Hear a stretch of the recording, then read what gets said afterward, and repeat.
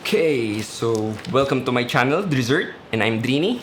So this is the package that we have been waiting for last week in our previous video.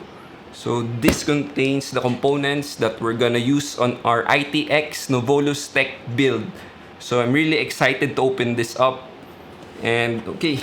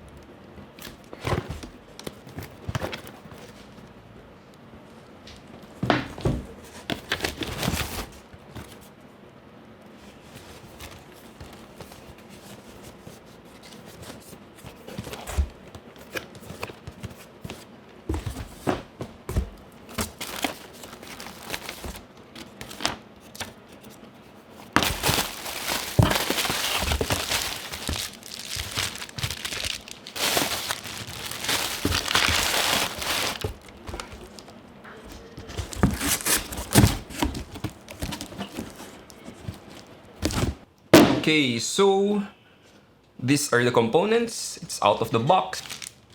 This one, I think this is the Corsair RAM. So let's open it up. Yes, this is the Corsair Vengeance LPX. We're doing an ITX build, so we prefer to use low profile RAMs. And we have our FSP Dagger Pro.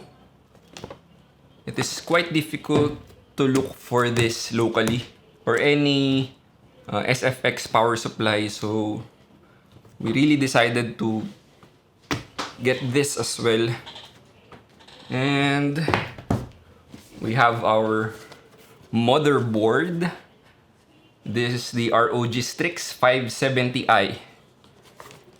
Again, ITX components are very difficult to find here locally in the Philippines. And our GPU, MSI Ventus 2070 Super. We decided to go for this one because of its length, and this would really fit our Nouvolo Steck. This is the contents of our mail today. Apparently, we're still lacking the Gen 4 SSD. Hopefully, it arrives earlier than expected, so we could finish this build since we're really excited to complete this since we're waiting for this for a long time. And thank you for watching. Please hit the like and subscribe button and stay safe, and see you on the next one.